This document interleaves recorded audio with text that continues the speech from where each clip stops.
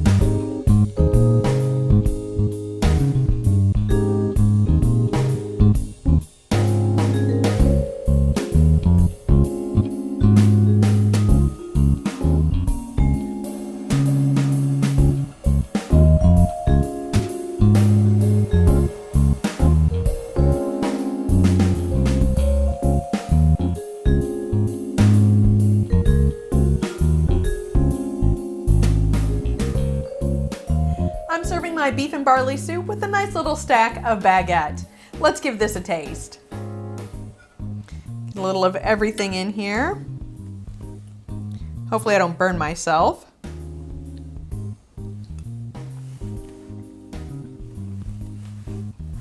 Oh, that barley is so chewy. Perfect. We're so glad you stopped by our kitchen. If you enjoyed this video, give the like button a click and don't forget to leave a comment. We're always happy to hear from you. If you haven't already, subscribe to our channel and don't keep us a secret. Share our videos with your friends and family and keep up with us on Twitter and Facebook for upcoming videos and the random cat picture.